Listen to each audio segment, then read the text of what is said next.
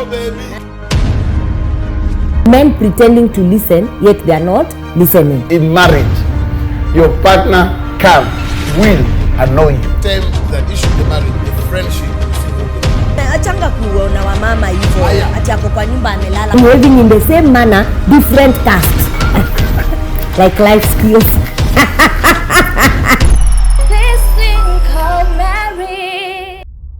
Good evening. Praise the Lord. My name is Mpesa. It's another wonderful, terrific Tuesday. It's that day that we look up to, that program that we always look up to, that day that we feel we need to have and sit on this couch. As I've always told you, I always sit with this couch with my friend, my wife, and my partner in Christ, and my partner in Christ, as we discuss this thing called marriage. We believe that marriage is good. Marriage works. If only you work it. And today we're here to help you work your very own. Karibu sana. It's a wonderful time, privilege that you're part of us tonight. Sound of Abundance Church, SOATV never disappoints, and this thing called marriage never disappoints. Yes, so we want to welcome you, everyone watching on SOATV. Karibuni sana. Yes, you can join us on every other platform, but I'm coming to that. But before that, kugela mtu wale ambao wanatazama nyumbani, wale ambao wanatazama hichi kipindi. Wewe pole. Ni hichi ama hiki. Hichi kipindi cha. Acha kuna kitu kama hichi. Wewe wazio Kiswahili teacher. Wewe is go Mr. Mungari. No wonder. Hichi kizito Kiswahili. Hiki wewe goja.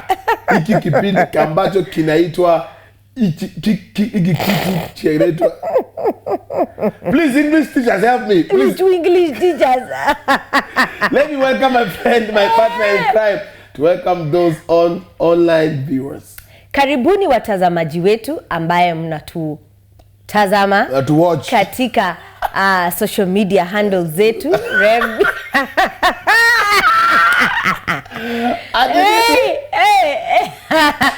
We love you. Welcome to this thing called marriage. I wanted to pull you down, but I discovered I cannot. Thank God. God is good. Yeah, thank you for being our lovely viewers on our social media handles. RevB and Sound of Abundance Facebook page. Yeah. SOATV KE. Juliet Bernard Kama. Correct. And which other one? And our Instagram and TikTok followers. Yes. We love and appreciate your presence on social media, and you are our great family. We love you, we love you, we love you. Thank you for being part of us tonight, and we are certain that you are going to be blessed. As usual, this thing called marriage comes your way to make your homes, comes your way to make your marriage better, comes to beautify you a home. And I'm certain that God is going to renew and do a new thing tonight. So karibuni, let someone know that you are watching this thing called marriage. Let a friend know, a sister know. Watch with a couple friend of yours. Make sure your spouse is beside you. And whatever that we are about to discuss tonight, let it be of help to many homes. Correct. So yes. Karibuni sana. Yeah. And those watching us at home, watching us on any social media handle, you can get in touch. Just send us your questions, send us your your comments, your whatever on 0727 438 728. Again 0727 438 728. Got it. So please talk to us, interact with us. Also on WhatsApp, the same number. And then let us know how this program is blessing you.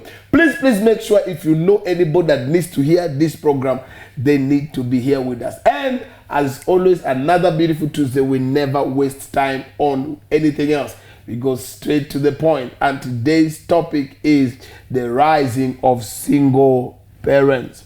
The rising of the single parent. Why are we having so many single parents, single moms? And most of them are single moms, right? Yes. Most of them. And today we're going to discuss why and what is happening and the negative effects. And we want you to be part of it. Let us know your thoughts, your comments.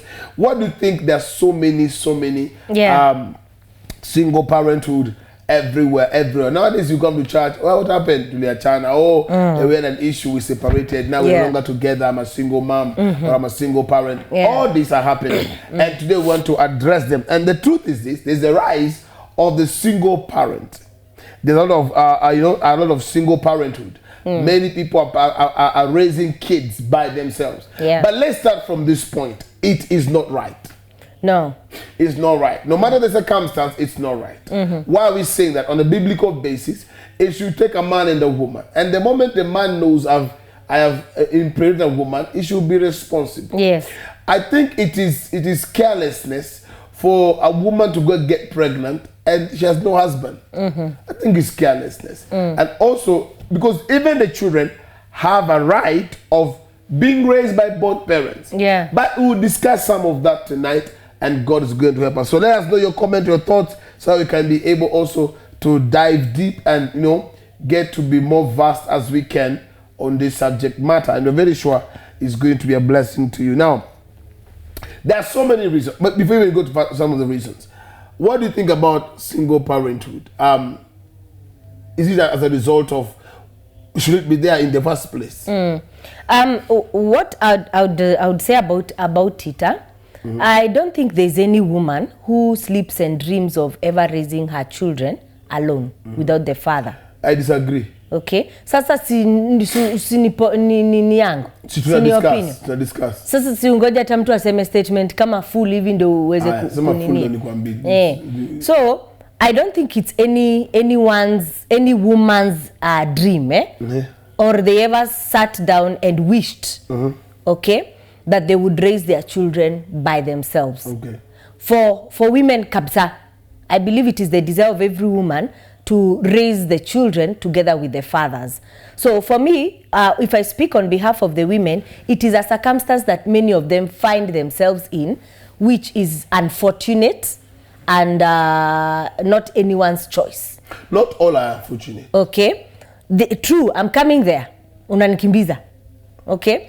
So going by what you are saying or what you unachangia ni, there are those nowadays, yes, they say I don't want the stress of marriage. Yes. Okay. There are those nowadays who just don't have the patience of keeping up with a man.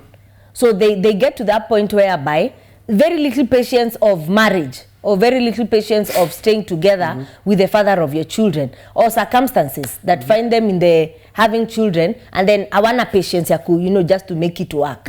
Okay, there are those that are there, but the majority of the women are those that mostly want to raise their children in the environment of their fathers. Let me ask you. Let me ask you. For example, these ladies that come and tell you I'm pregnant for him, and I deal as a married man. Yeah. You see, the moment you go out with a man, yes. You see, when sex is not guarded, well guarded, what will happen is you get pregnant. That is and one of the consequences. When it comes to pregnancy and stuff, I think to some extent I blame the woman. Yeah. Because the woman should know this is unprotected sex. Yes. And I'm not ready for this. You get what I'm saying? I may not be ready for the consequences. And if this man will do this thing, I'll get pregnant. You know yourself better than the man. So you find somebody is going out and you're having sex, careless sex with someone. You are not married. This person has not promised marriage. And the next thing that happens is what? Bam! You just have sex anyhow. You get pregnant. What do you expect? The next thing, the man tells you, I was not ready for it. I didn't want it. The next thing, you're going out with a man who's married. What do you expect? Una habari, wengine hata hawana habari. Matter of fact, going out and having sex with somebody who is not your husband is wrong. Yes. And what do you expect? You expect to be pregnant, especially if you're not careful. So you find sometimes some of the women who are single parents is because of carelessness. Yes. Yeah. Because for me, when it comes to pregnancy, the woman is more of a determinant factor than the man. Yeah. Yes, I'm not safe. You are not using anything. What do you expect? You get pregnant. So me, I think there are women who are just careless. Yeah. It's true that to that extent and that point, I agree with you. The issue of a woman becoming pregnant should be more inapaswa more cautious. Kwa this thing called marriage. You're supposed to be more cautious as a woman when it comes to pregnancy than a man. A man can never carry a pregnancy. No. Okay, so you're the one to go through it And the chances are you're the one even to raise that child by yourself. If that man is not a husband. Correct. Already. Okay? So to that extent, I agree with you. Thank you. Yeah. Guys, it has begun very well. So that is the truth.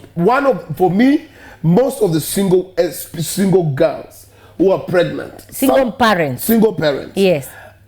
It's purely lack of, just thinking twice. You know? And what do you expect anyway? Is at the heat of the moment. Moment of weakness.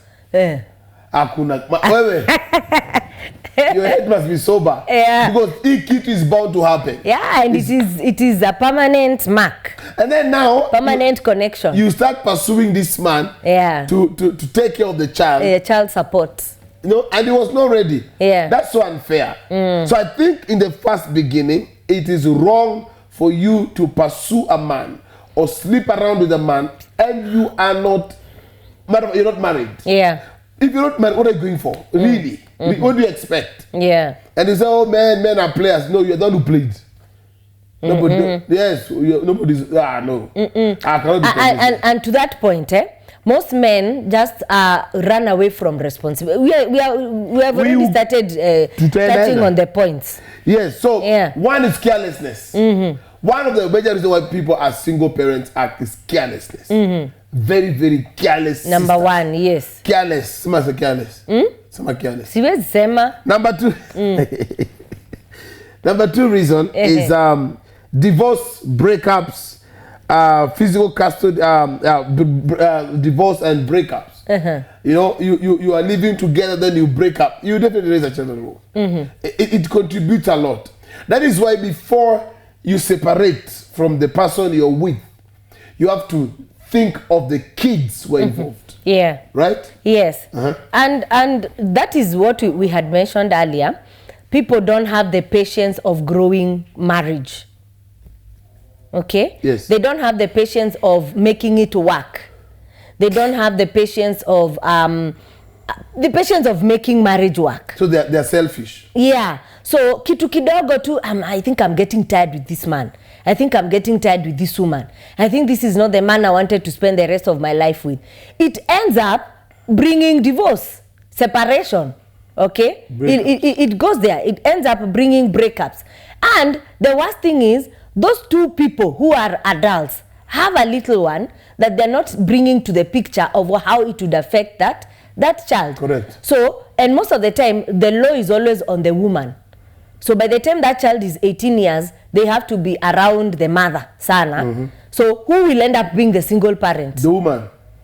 Absolutely. And the man, once they cannot see the child, once they cannot be in the environment of a family setup, most of them end up forgetting that child. Correct. So mama ataanza huko nje kustruggle the food, shelter, clothing, school fees, medication and all that, it ends up falling on the head of a woman. Why? Because both of them, I think they had not considered the weight of marriage. And secondly, with the weight of marriage comes sex. Sex comes children, procreation. So without proper consideration, that is why we are having the rise of so much singlehood, which is unfortunate. No child comes having subscribed to having been raised by a single mother or a single man. Because they are single parents also. Hakuna mtoto anakujanga akitamani hivyo. But you see, that is why we are having so many children who do not understand what baba is. They don't know. They absolutely don't understand the presence of a father in the home. They are used to mom doing everything. Mom is the father, mom is the dad. And they are boy childs. Okay? So that thing of lack of patience and not understanding really what entails marriage is another thing that brings about the separations, the divorce, and the breakups that we are having, which are now driving to single parenthood. And that's the truth. Every parent, especially men, by the time you want to leave that woman and she has 3 of your children, don't look at it, I'll be coming to visit. I'll be coming to see them. I'll be sending aid. You come once, you at the onset because of the connection, the connection still you have. You may come every month. You may come every week. But time heals you. It brings the separation. So you may even go for months without seeing your child.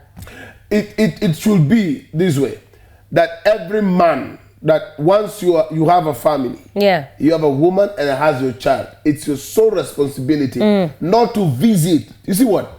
When you visit a child who is living with the mom, and you visit that child once a week on Saturday, you pick the child, take them somewhere, buy them snacks, then bring them back. You are not raising that child. No. The raising is a child seeing you, how you handle the things, how you behave to certain situation, how you behave to problems, how you handle the mom. And when that 1 hour, 2 hours, 3 hours you're going to spend that child is not enough to say I'm raising a boy child or a girl child. You need to be part and parcel of that child from the onset. That's right. From the first day, that child needs to know, daddy say no. Needs to hear daddy say, mommy say, where? Because that 3 minutes you have with that child, that 3 hours, what will happen is you just have to, the child will be at his best, you'll be at your best. And because you don't want to spoil the relationship, what will happen is this: you don't bring your bad side. You only bring the best side. Every parent has two sides: the sweet side and the sour side. So most of the relationships that are breaking today is because there was no people became selfish. And I've had those cases today. Like today, I was dealing with a case whereby the man left the woman, and he only comes to pick the children during holiday to take the children to the mom in the village. So the whole 3 months, the man has not come near the children. Then, because they have closed, the mother in the village wants to see the kids. He comes to pick the kids without their mother, and they are going with the stepmom to see their grandma in the village for another 2-3 weeks. I do not know. That should not happen. So that is not parenting.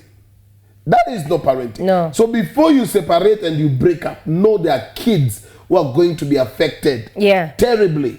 Right? Yes. Terribly. Yeah. So number 3, why there's the rise of so many single parenthood. Number 3 is abandonment. People abandon responsibility. I'm telling you. And that one is too much nowadays. There is the fear of responsibility, as you have said it. So mtu anatoroka. Abandon. How do you abandon your own blood? And this one, kabisa ni wanaume. How do you do that and sleep with yourself at peace without you being haunted?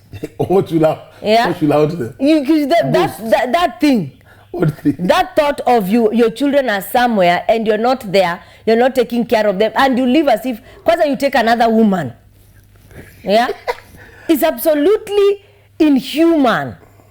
If not for your own children, if not for your own self, for your own children.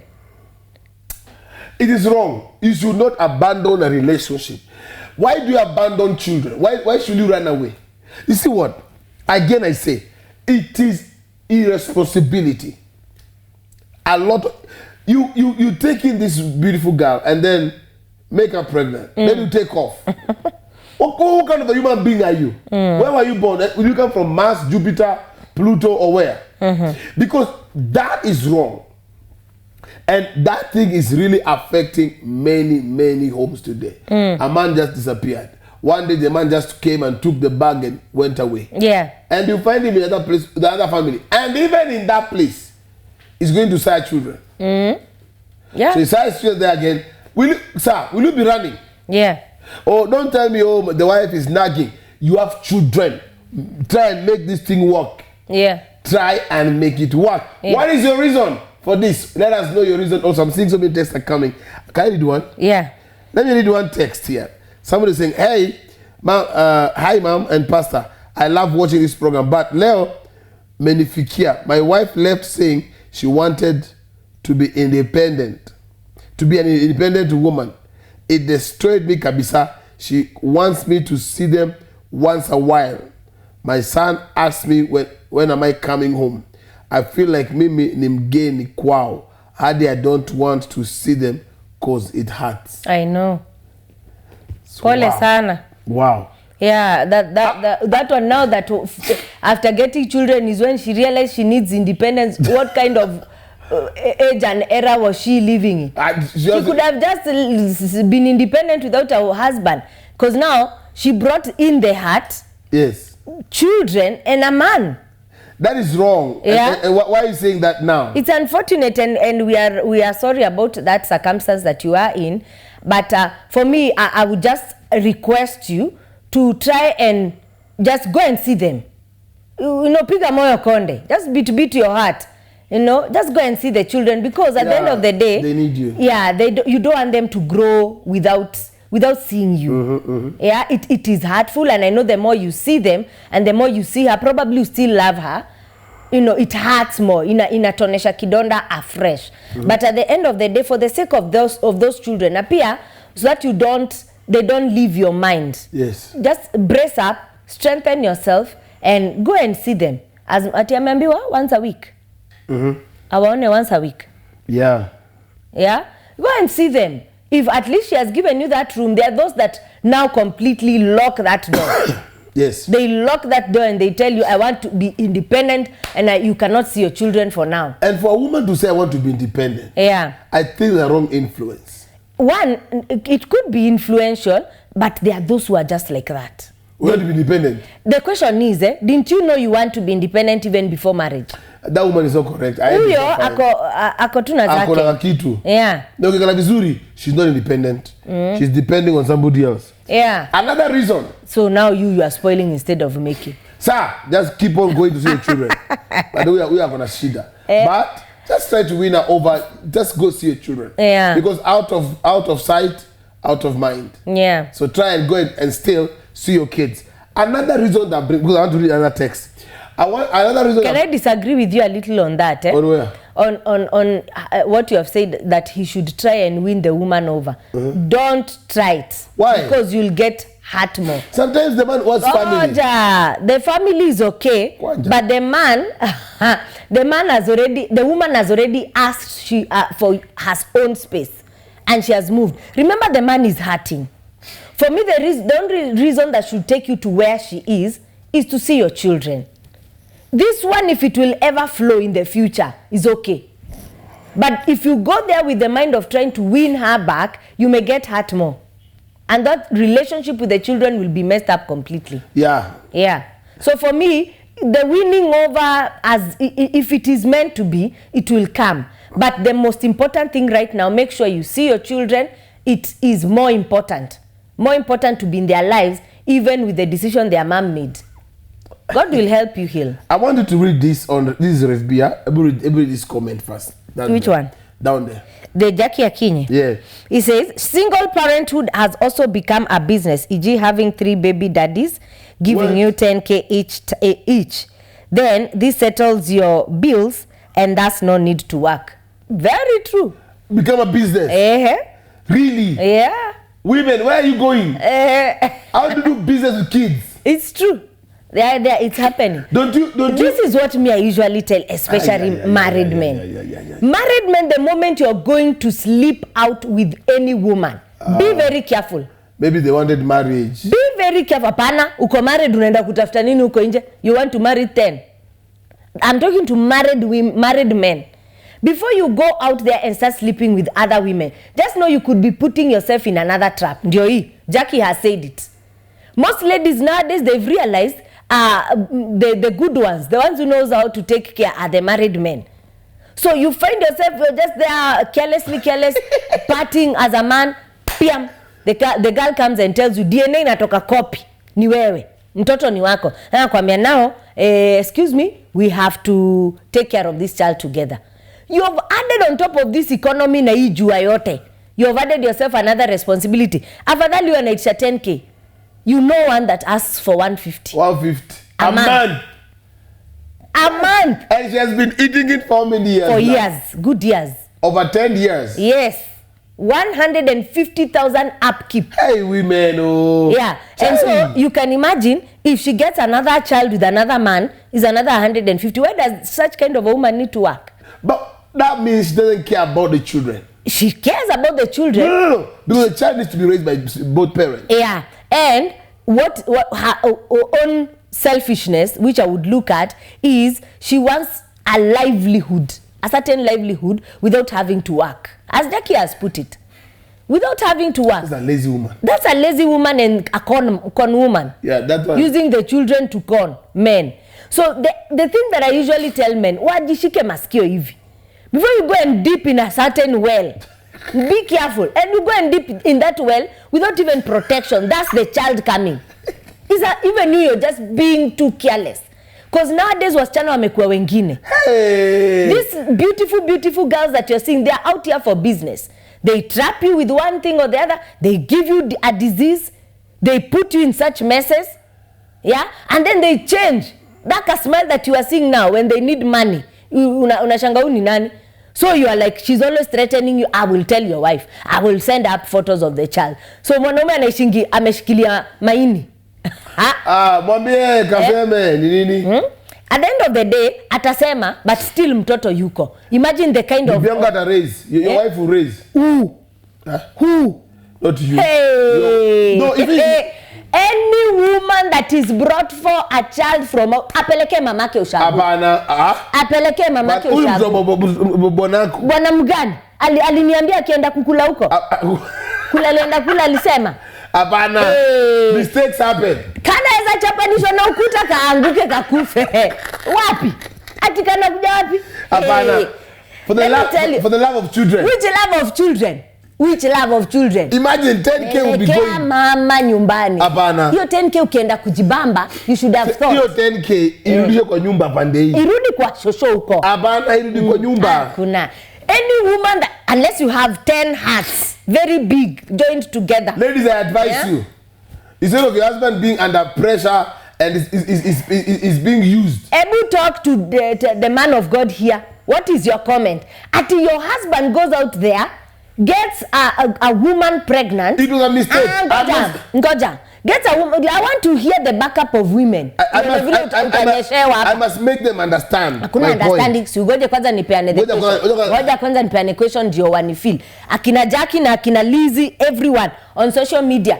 This is the thing. Your husband goes out, impregnates another woman. Now ngoja, si ugoje. Moment of weakness. Ngoja, si ugoje. Ngoja tu kidogo. Now, and then now he's being blackmailed. Okay, he comes clean and tells you, I have a child outside and I'm being asked for 10,000 Kenya shillings upkeep or 150 or whatever. 10K is kidogo. Until now, you allow the child. Ataenda ongezewa pili na watatu na wanne na watano. Hapana, eku confess. Hakuna kuitikia. Apeleke mami, ikikuwa mbaya, akameze arudi kwa mwili ama apeleke ushago. Ngoja, imagine huyu 10K ni kidogo. Huyu 150. Wacha akulwe. Bwanako. Wacha akulwe. Kwanza hata naweza meet na mama nimwambie kula 200. Hapana. Ako nayo. Amekuja because hiyo pesa atakuja. Nasi. Akwambia madam, please. Ili kwa moment of weakness. Moment of weakness. Trap of Satan. Okay. The work of the devil. Yeah. The work of everyone. The work of the devil. Aside from himself. God. The work. Let me finish. The work of the devil. Which devil? Wait. Which color of the devil? Goja. Sasa si wewe unanifanyia. It is the work of the devil. Now, my madam, please help me raise this child. Please, because as a mistake, I don't want to continue doing the mistake. That's why I've confessed. What is the right thing to do? The right thing is take to mama nyumbani. Full stop. You're not going to bring a constant reminder of how you went and cheated, slept with another woman without protection. Okay? And then you bring akakitu katoka kanapita hapo kwa nyumba kila siku kana nikumbusha what you did. No, is a lie. If you have that heart, more grace. But as of me, your mistake, carry it to the village to your own mother or just know how you will handle it with your baby mama. Read the comments. Which comments? I hope I have supporters. Okay, this one is Fiona Munga is saying, ladies need proper deliverance. Catherine Jerry Gekuya says, I'm not married, but it can never be me. Yes, now. Be what? It can never be her doing what? Taking in another woman's child. Kate, explain what you're saying. Yeah. Hapo ndio atajua huruma ni estate. Thank you, Katie. You're doing very well. Marion Makutesa, true. The business is real. Fio Munga says, boy child ananyongwa kila kona. Kila kona yawa. Send us your text. Send us your text. Yeah. I want to hear what you're saying. I'm seeing so many comments are coming. Yeah. Before we go to the next point. Papa, we have some women, they are after business. They're on business. There are some women. We have some women. They are after business, and you raising their kids. Immediately children grow, she will leave you. As men, we are afraid of daughters of Jezebel. Be afraid. You're doing well.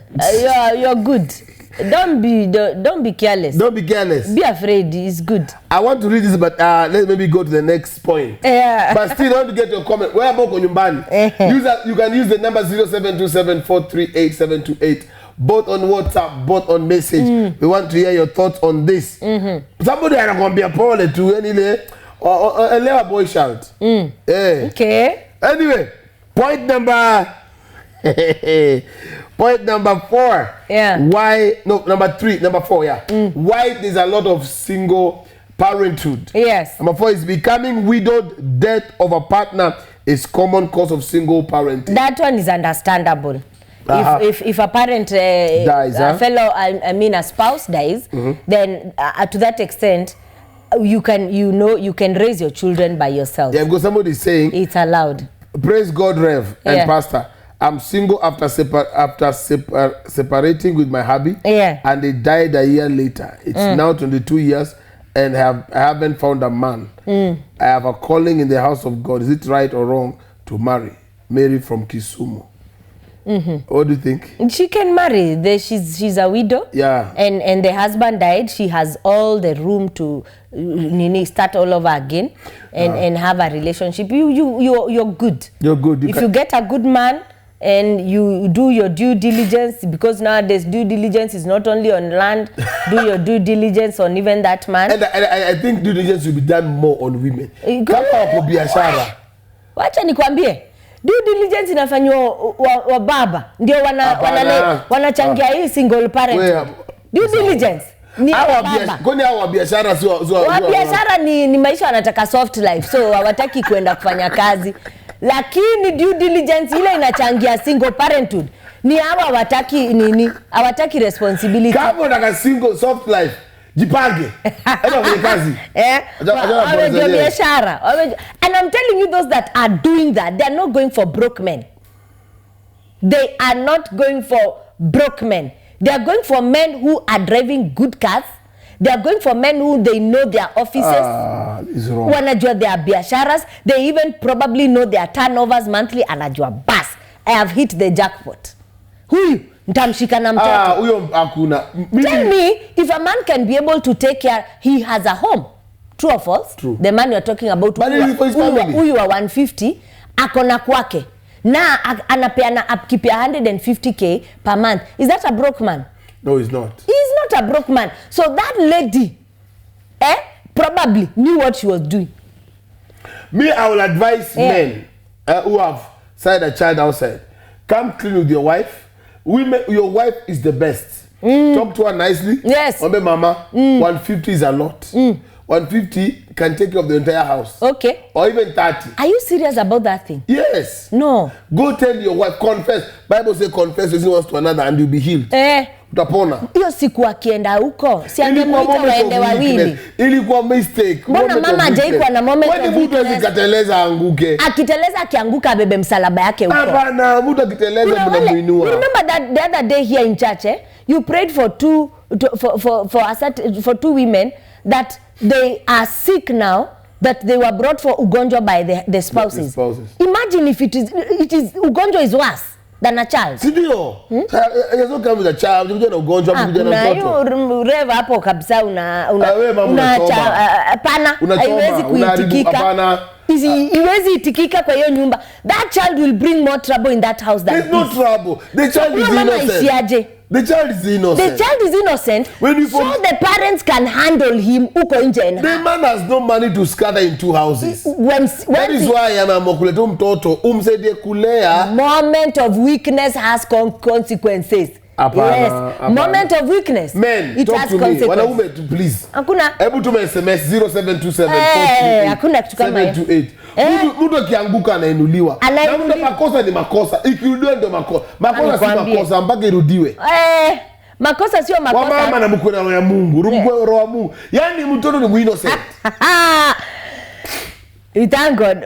Let me not Mimi hapo kama sijatosheka kujibu. Wanaume, what do you think? Yes. So I'm seeing, okay, let me allow me read this one. This is on WhatsApp 0727438728 on WhatsApp. Somebody is saying this out. I mean our pictures are you. Okay. I'm James Obino from Gashie Kiambu. It's saying marriage of nowadays only God who controls. Okay. Let me get another one here. Somebody is saying, so what if, like in my case, there's this girl I tried to lure, but she fell for another man. They broke up, found another man whom she got pregnant with. Then they broke up after the man cheating. Then she comes back to me asking for help. What should I do? Forgive and forget. Just forgive and forget. Seriously, honey? Ebu answer that question nicely. The question is, do you still love her? Do you love her? She has come back, she has made a mistake, and she has said the love of her life. And she has come back. The man has dumped her. No, that one has not realized the man is the love of her life. She realized later. No, it's a lie. Two men. One man. After him. After him is two men. And then akapata na huyo wa pili. Mimba. Somebody and I would like to come there personally. Is it true? Say Wednesday. Somebody feel like you should be on this set. Don't worry. Let us get your comment. Okay, another reason. You're tutarudia tu. Sasa situjibu huyo. Nani? Huyo wa. What should you do? Hebu patie comment yako. Let me tell you, that girl is stuck. More so now that she has a child. That's why she has come to you, because she realized that you genuinely loved her. Usitikie. Alikuacha, akaendea the first man, akaenda akamess na the second man. Now she has come back to you because she has realized what? That you truly loved her and she has a burden. The burden is the child that she has. How are you going to raise someone else's child and you wanted her when she was single, akakuringia? Don't be naive. Don't be silly. Don't agree to be used, because that girl is there to use you. She wants to use you to take care of her, and probably she has realized you still love her. Don't. Somebody is saying, somebody is not agreeing with what I'm saying. And I say, okay, this person is angry with me, so I will not read your comment. He's a bit angry with me, so I will not read your comment. But the truth is this. Yeah, thank you for feeling me. Kama una feel it should not be read. No, he's saying, seriously, Pastor, can you talk like that? What do you mean? But we'll get to that. Let's go to the next point. Men, talk to me. What do you think? Me, I've seen men who have taken women with other men's children and they raise as their own. Generally, she's angry with the way he's supporting that, women should raise children, wives should raise children from outside. Have you seen men? Yeah. Have you seen men who have raised children? Yeah. Taken a woman who had children and raised those children as his own? Yes. Are they there? I have seen. So when they say ngumu sana, for a woman, for you to raise another man's child, circumstances are different. How? Huyu mama alipata watoto outside marriage. She was a single lady. It happened. Akadanganywa, akapata mimba. Then they meet with this guy and amwambia, excuse me, I have my child. Are you willing to take me and my child? That circumstance is different than he ya kwenda nje kujitafutia kidogo. Ilikuwa mistake. Peleka hata mama. Hata huyo alikuwa mistake. Ama lipa 150. Hapana, huyo afanya mistake. Sasa akakula mzigo. Pia wewe peleka mtoto kwa mama yako shago. Haina shida. Ukiagree hivyo ni sawa. Hakuna kuagree. Huyo mtoto needs parenting and the man is there and is willing to raise the child. Mgani, why not? Mgani huyu mwenye amekula kwa marriage? There are also, let me be very honest. There are also men who feel, me, I can't take a woman with a child. Yes, they're there. And the woman says, because you can't take with my child, these things are no. Yeah. So why should you dismiss love because of a child who is innocent? Be getting? Yeah. Whether from you or from another man. Are you getting my point? So for me, I wouldn't advise men that not to marry women without children. Children are a blessing. But the same way, if a man makes a mistake outside, and he tells you, madam, I've gone out and this is what happened. Number one, I'm sorry and I've repented. And I'm coming back to you as my wife because this is what is at stake. 150. Pesa si kitu. Goja, ni kitu. Ni damage ile itakuwa hapo. You can call the number 0727438728. We are going to answer calls hapo. Kwanza producer, ngoja tukekebo kidogo kwanza. Ngoja nikuulize swali. Ngoja kwanza, ngoja kidogo kwanza. Wacha nikuulize kwa sababu nawashwa. Ana mimi nawashwa, ngoja kwanza. Kwa nini huyu amekuja na mtoto amekubaliwa? Akashikwa. Kwa sababu circumstance ni different. Na agree. Ni circumstance different. Ndio nakwambia. Wewe umetoka kwa ndoa umeenda nje ukalala na mwanamke bila protection hadi mtoto akazaliwa. Sasa unataka nikuje kubeba mzigo? Na lie. Si kubeba mzigo. Na lie. Mtoto ni mzigo. Unatupendani. Kwani sisi kwani mtakioa? Wewe ukienda kuanya unakumbuka kwa nyumba. Akioa afai haizi anguka. Anaweza. Sasa this is my question What if ikue ni mama is the wife who has gone out eska acha staki ngoja umeruka ngoja ule ni fix hapo ngoja mama ndiye ameenda pia akapata mimba akaja kwa my husband this one is not yours now this is not yours ngoja hakuna niache this is not ngoja kwanza we are going for a short break. Ikitu ayendi hivyo. Please don't go anywhere. Don't go far. Wewe ngoje hapo. Don't go far. We are coming back. Lazima tujue kitu inaendaje. Because ikitu I've to do program usiku. Lakini we must solve this problem. Sikia. But sikiki chote. Because acha. Wait. This lady came with children or a child. Of another man. Circumstance different. Goja. Na huyu after waliokomoana they had sex out of carelessness. She got pregnant. And the man abandoned the child. Now you have met her and she has a child na kwa mena mtoto. Na hii circumstance. Goja unamwambia nina shida. Pia huyu mtu wenyewe. Huyu mtu mwingine mtu jui. So now it is that when the man goes out and gets a child, you have your mistake. Equal mistake. I disagree. Goja. Circumstances are different. Circumstance. Talk to me, men. Talk to me. 072743. When you come back, we will be receiving calls. We're going for a short break. We'll be right back. Yay! Go, honey. Yay. Go, baby. Men pretending to listen, yet they are not listening. In marriage, your partner can, will annoy you. Time that issue the marriage, the friendship. Achanga kuona wa mama hivyo ati ako kwa nyumba amelala. Living in the same manner, different castes. Like life skills. This thing called marriage. Welcome back. Yes, every Tuesday we call it Terrific Tuesday. We sit on this couch with my wife, my friend, my partner in Christ, and my partner in crime. Yes. Discussing this thing called marriage. We believe that marriage is good. Marriage works. If only you work it. Karibu sana. Hapa kuna topic haiwezi. Kuna kitu naambiwa hapa haiwezi. But before tuende hapo, let's go back to, let me read 1 or 2 comments. Somebody is saying here, Papa, on behalf of men, all women want men to marry them with kids from other men, but no woman wants to marry a man with a child from another woman. If things continue like this, to make things easier, let the woman with kids marry a man with kids. Simple. Let's take this comment. Let me hear this comment. All right. Hello.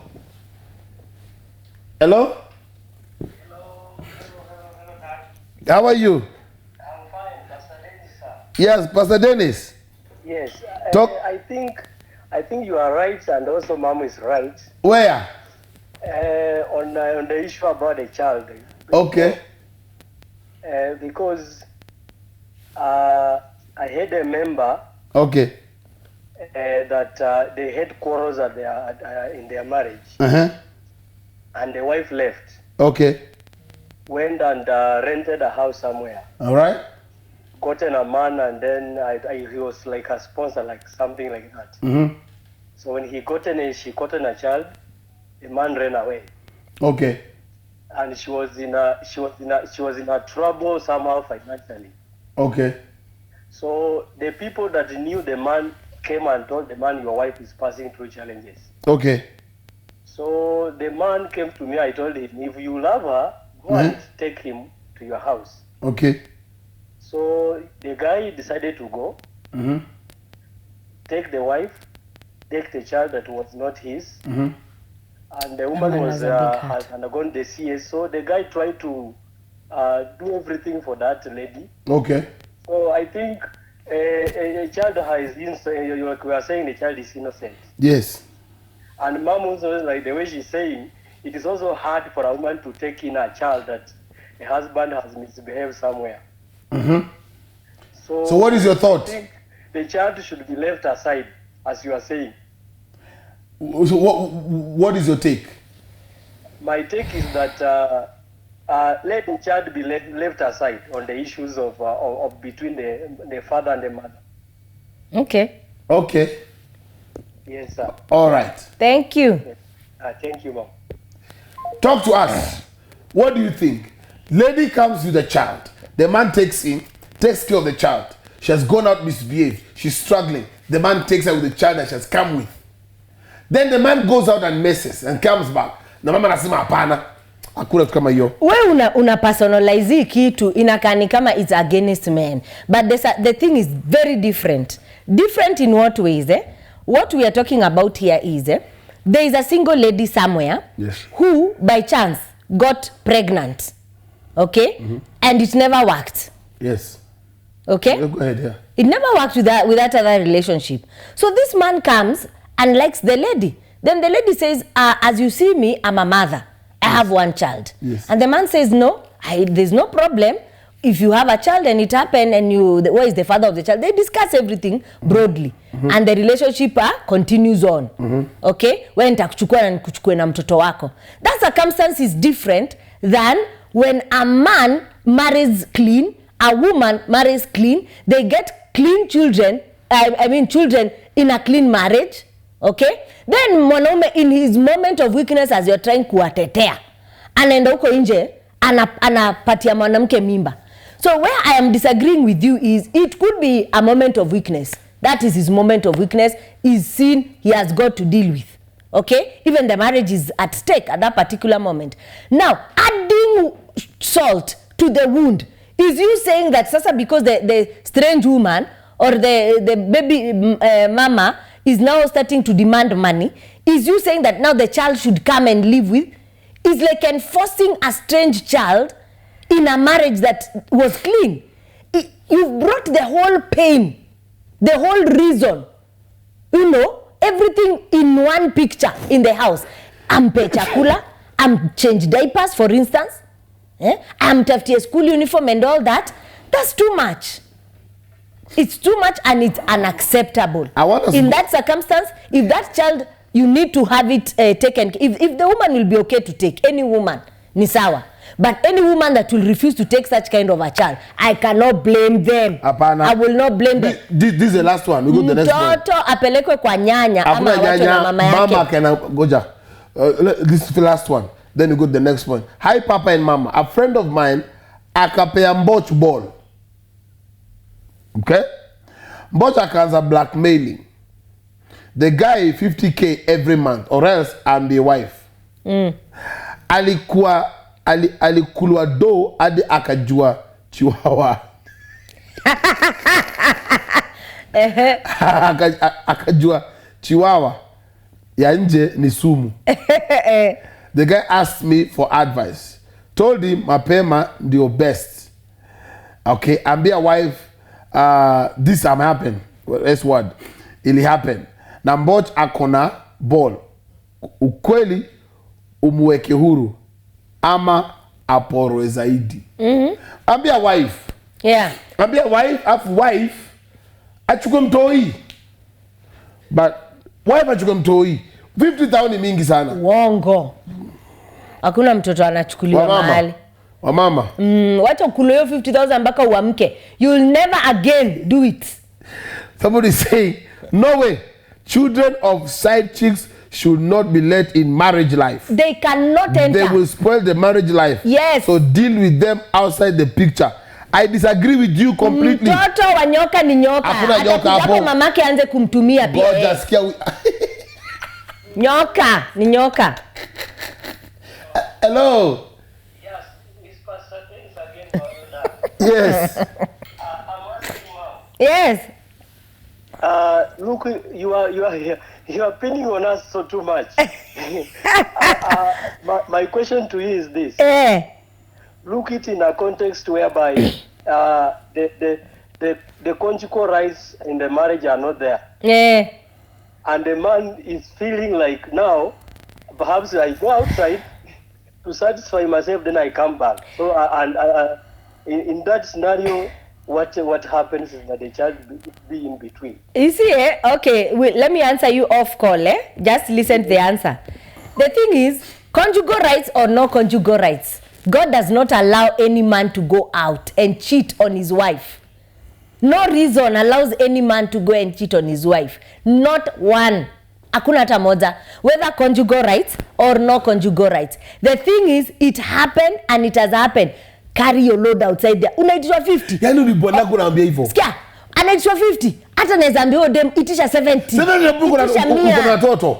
Wacha aumie. Aumie kwa nini? Ndio shike masikio. That means you're punishing your husband. You're revenging. After all. You're revenging. After all. No. The thing Let's go to the next point. The thing he went out there and it was a moment of weakness. That moment of weakness. It was a mistake. He will pay. He has told, that's why men don't confess some things. Ndio sasa akulu huko polepole kama huyu mwenye wa mbot. Unajua nini? Huyu mwenye alikula mbot, akulwe tu polepole. Akulwe tu polepole. Siku moja atainuka hivi upside down na confess. Ile kitu atakuwa ameonea hapo vumbi. Kaeni kwa ndoa, wacheni kuhanya. Hivyo tu ndio dawa. That's the medicine. Hivyo tu. Stop looking those skirts are beautiful. When you enter inside that skirt is when you will come out with consequences that will follow you the rest of your life. Stay with your wife. Is a warning. No, it was a moment of weakness. Moment of weakness. Moment of weakness. Oh, beautiful. She looks like the sun. Hey, it has consequences. Somebody said, no way, let that lady take care of her own baby. She knew this man is married. Let her carry her own load. Yes. But you see now, man telling their wife is so that the wife can come in and help. Help is... So where is the help here if you can tell your wife akwambia ukulwe? Hapana. Let's go to the next point. Huyo mtoto. Aishi hapo. Huyo mtoto atakuja kwa nyumba atakuwa kidonda kwa hiyo ndoa. Kwa nini? Atakuwa kidonda kwa hiyo. Where is forgiveness? Okay, I asked you a question that you ran away from before we went for break. It is a circumstance that has now happened to the wife. For instance, mwanaume alienda waka-agree, let's do contraceptive of you closing vasectomy.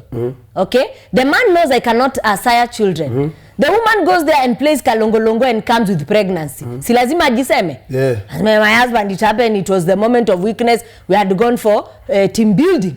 Naivasha, pap, it happened. Husband, now take this child. No, I love you. Just forgive me.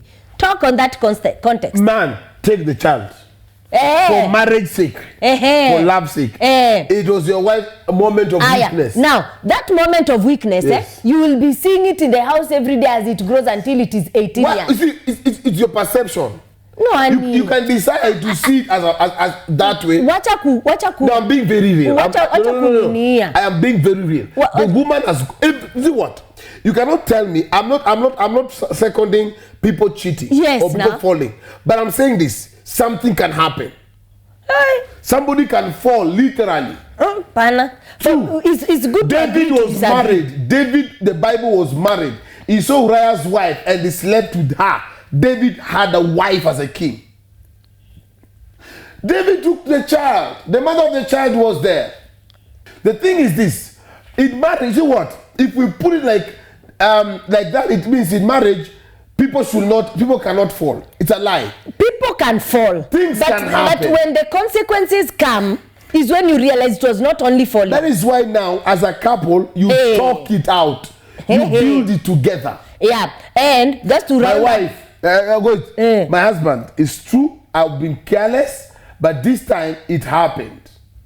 Or rather, this time I was just caught ikafanyika. I'm sorry, I repent from my heart, but I'm pregnant.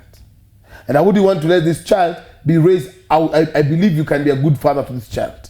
I'm very sorry. Please, my husband, forgive me. And don't cast away this child. Why not? Hey. Why not?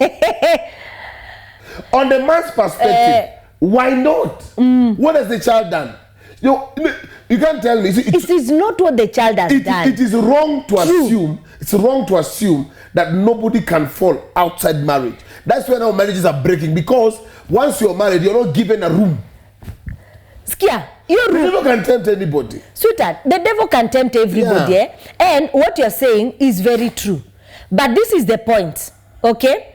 When that thing happens in actual sense and it bears the fruit, it's not only a child. You come and tell your wife, I've been checked and I'm HIV positive. Yes. No. You need also to go, be checked. You could be sick also. Okay. That is a lifetime thing. Okay? Yes. The consequences are worse than they did.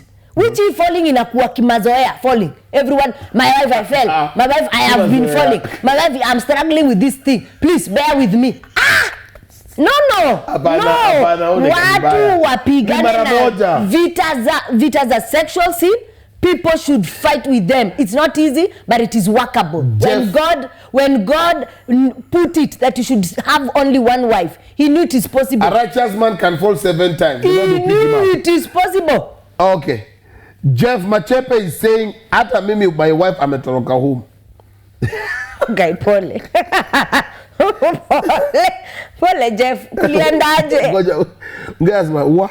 Okay. This one is saying, the man also knew he's married. Selective amnesia. Selective amnesia. You're right now. Let's go to the next point. It was a moment of weakness. I am not married for now. Mtoto akikuhitu toboke 50,000 kama huyo wa Mboch. Men confess to your wife. But openness is key.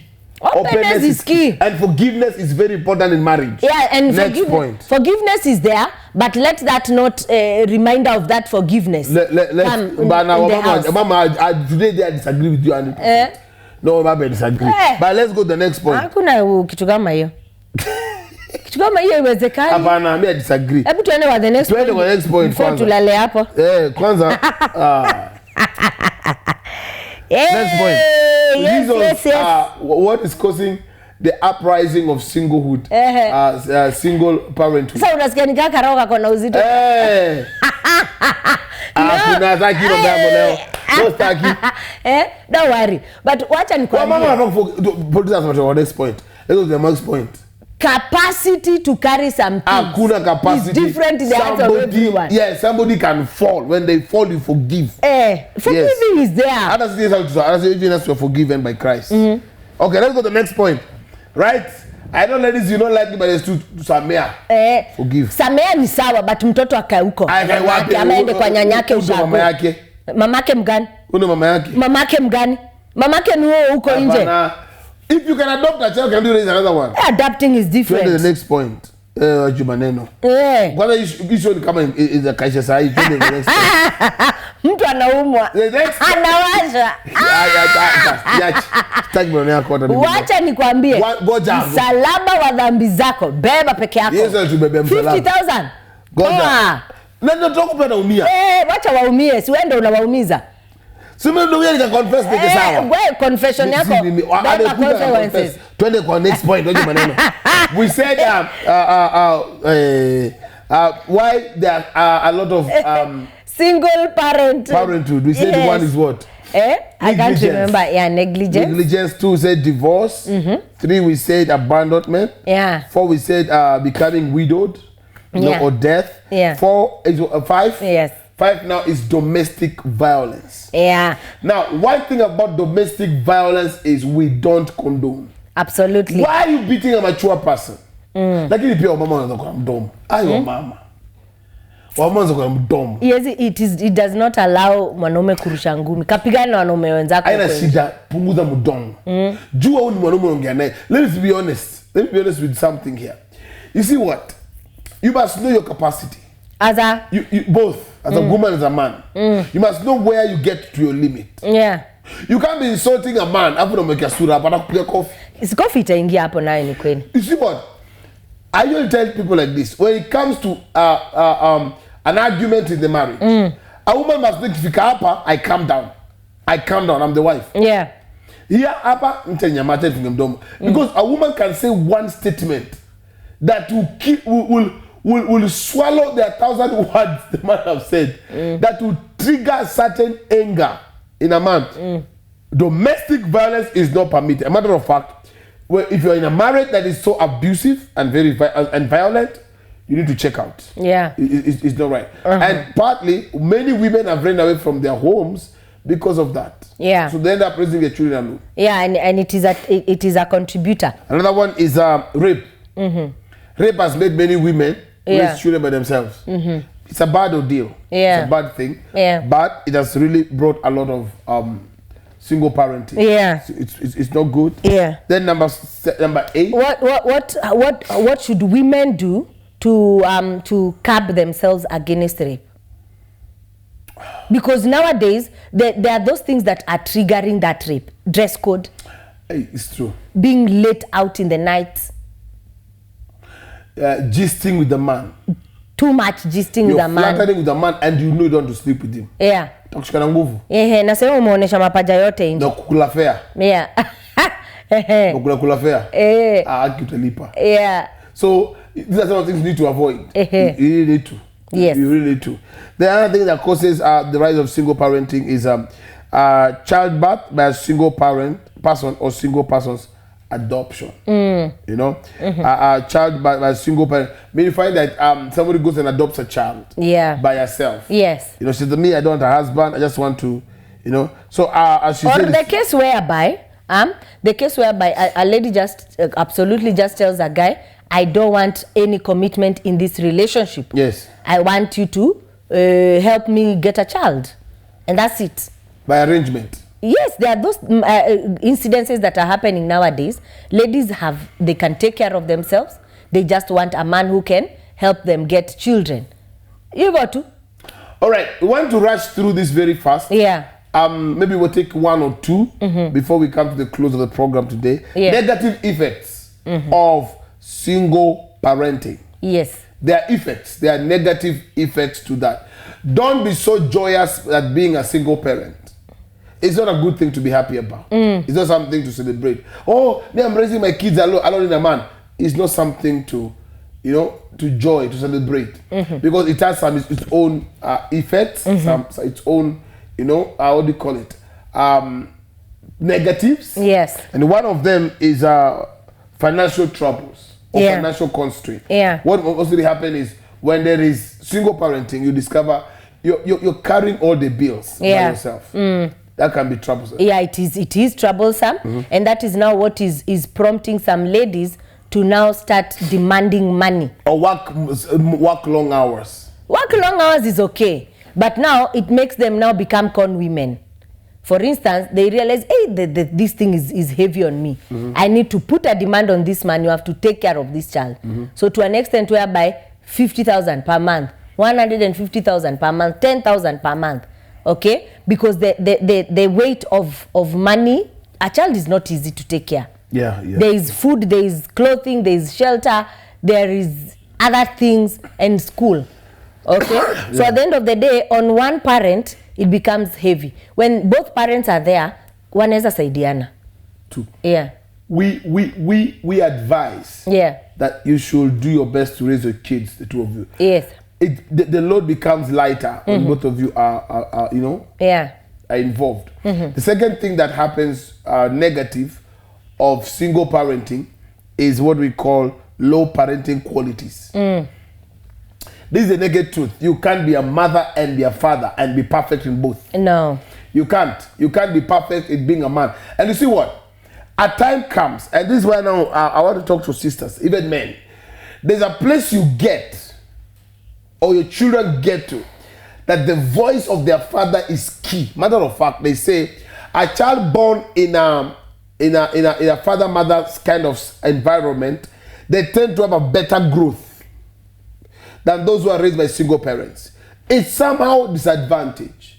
You might not have might not know what to do about it or have anything to do about it, but if you can avoid it, avoid it. Low, you have very bad quality, low parenting qualities. They are women who their work is to spoil the children. Yeah. Aki baba baba baba, and you're raising a boy child, and you have mothered that boy. He behaves like a girl. Yeah.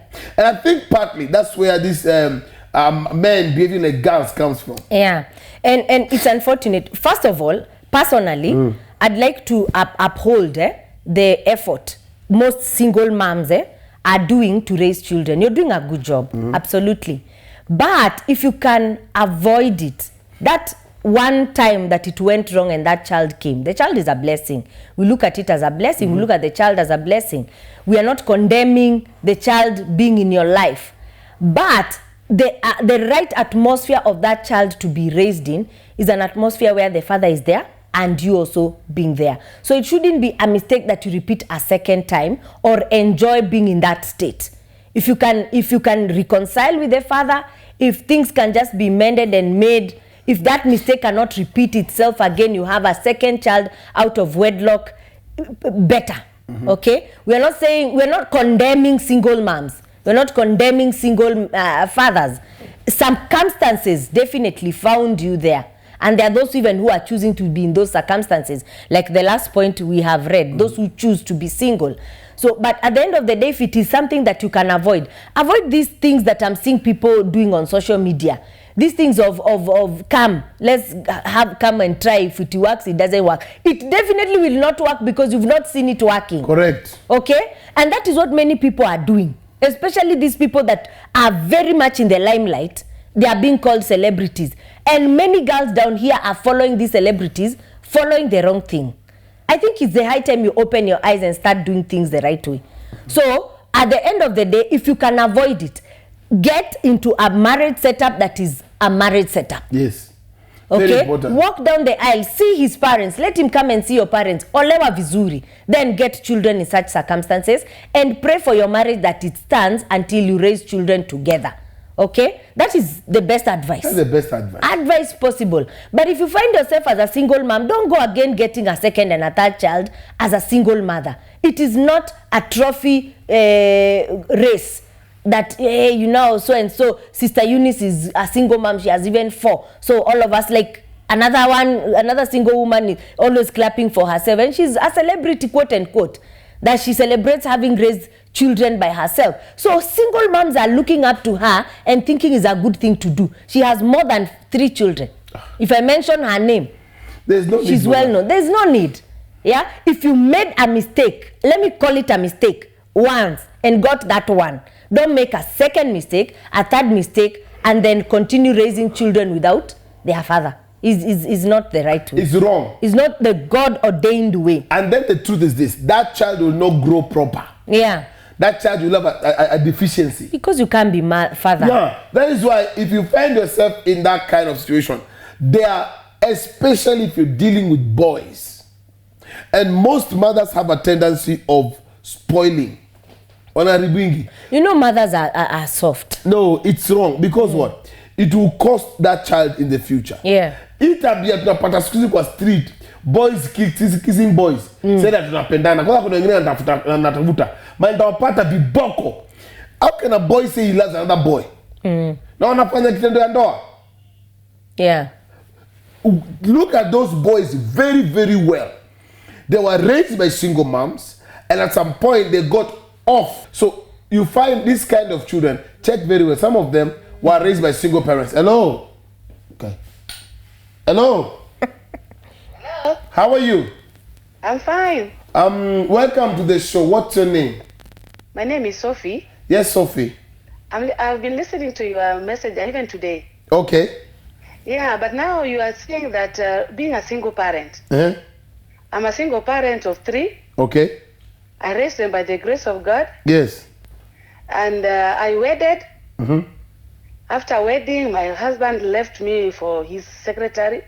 Okay. And he left me like 2005. Okay. And now even I've raised my children. The last one has graduated last 2 Wow. years ago. Congratulations. Absolutely. And I've raised them by the grace of God, and I've never remarried.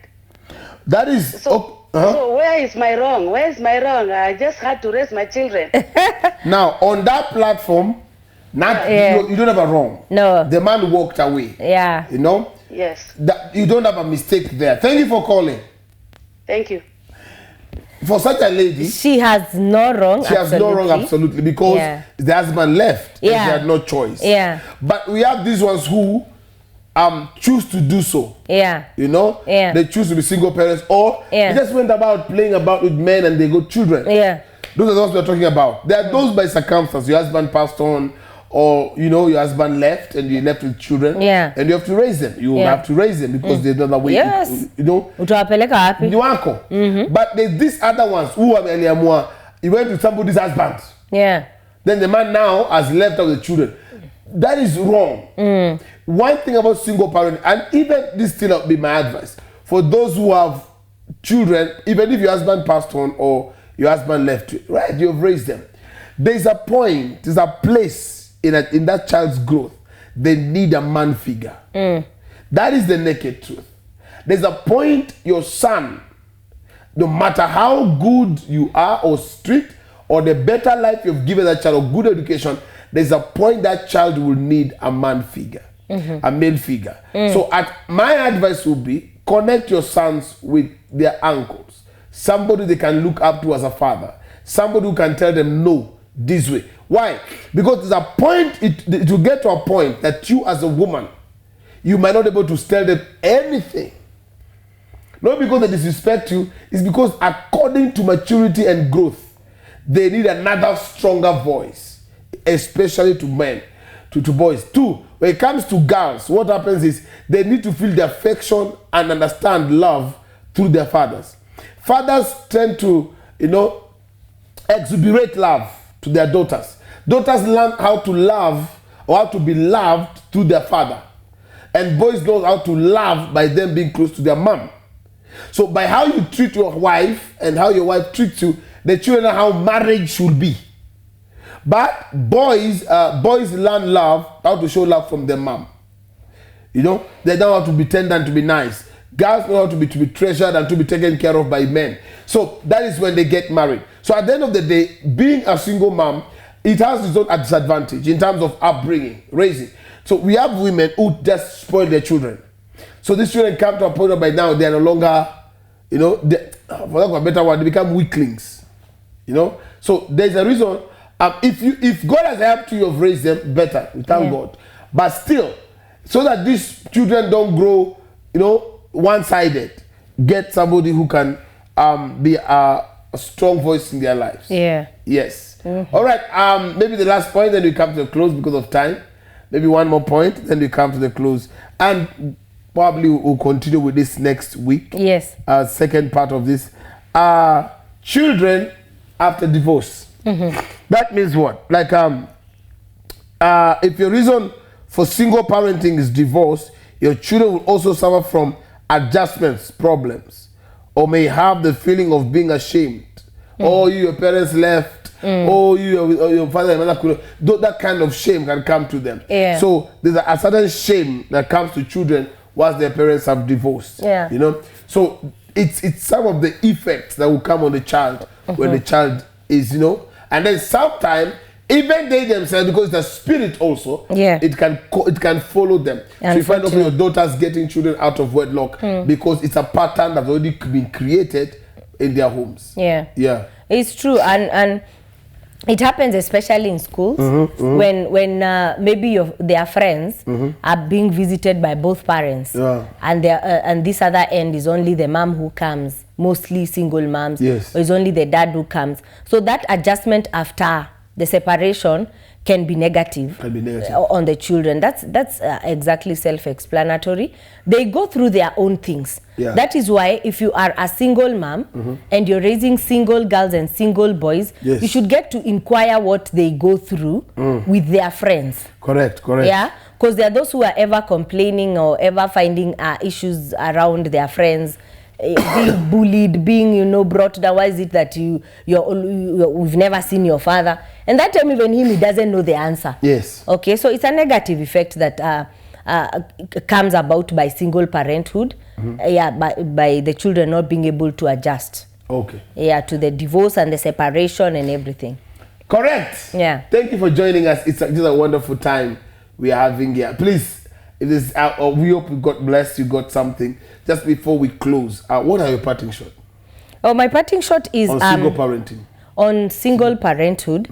One, I again applaud every single parent, whether male or female. You are doing a good job. We know the sacrifice that you have to go through to play both roles. Yes. It's not something we are looking down on, and it is not easy, especially if you found yourself in that circumstance and you didn't choose it.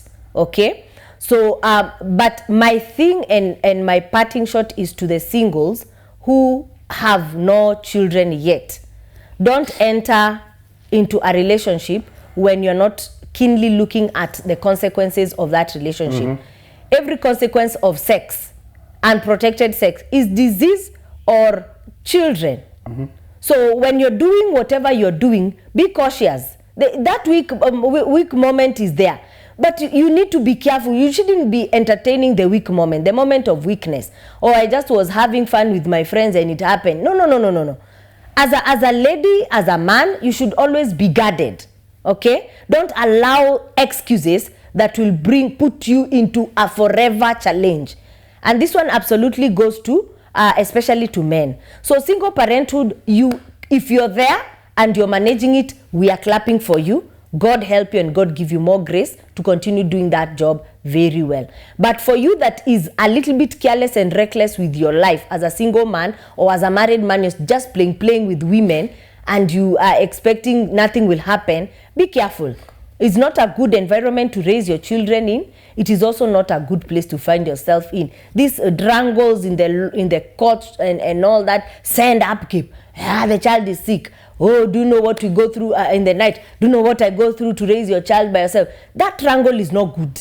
If you can avoid being in it, do the right thing. And there is always, the right path may not be easy, but it ends up best. Yes. Yeah, somebody's asking, thanks for today's topic. How would I think you help a girl who was brought up from a single parents family and it becomes somehow hard for that girl when it's time for her to get married, since she has never had a father figure in her life? Yeah, and those are now the negative effects we are talking about. Yes. And it could be on one of the points. They are unable to relate. For instance, she's looking at how probably the mother suffered with them. And so she's like, what is the use of a man? So that is now, quote unquote, whereby you're finding many lesbian girls who have now manned up because they're used to manning up and protecting their mother. So they wanakuwa kimwanaume na ndani mpaka already they can even look at themselves as male-ish kind of. Okay? So that this girl cannot relate to relating to a man because she has never seen it. And probably what she has seen is bad. She has seen the mother struggle. She has seen the mother really go through tough times and the father is there. So what will make her gravitate to men? Nothing. Okay? But this is what I will tell her. Not all men are like your father, who maybe abandoned you, who maybe messed up your mother. Not all men are like that. Don't rubber stamp that mentality. It will affect your relationship with men and probably even affect your marital life. As the man of God has said, most of those that are raised in the single parenthood, it ends up becoming like a spirit. Yes. You see, like now for her, she was raised in that environment and she has that ka mentality. Aye. So mwanaume akimletea tu kichwa kidogo kwa nyumba, she will walk out. You're getting it? Yeah. She may easily walk out because of the feeling, if my mom did it, I can also do it with my children.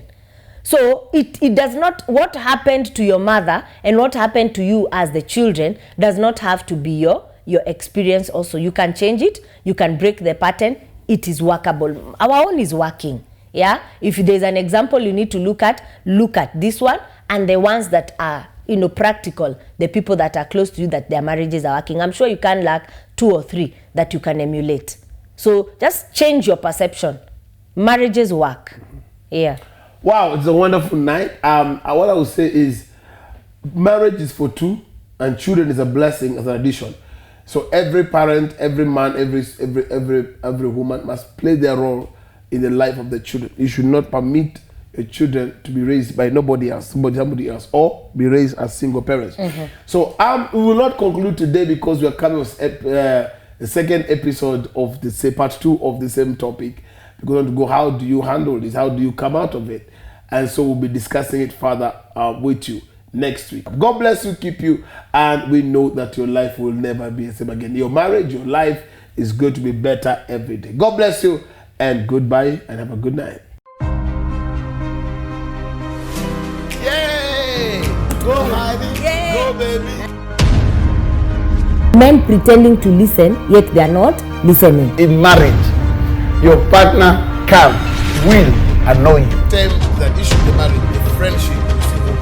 Achanga kuona wa mama hivyo. Ati ako kwa nyumba amelala. Behaving in the same manner, different tasks.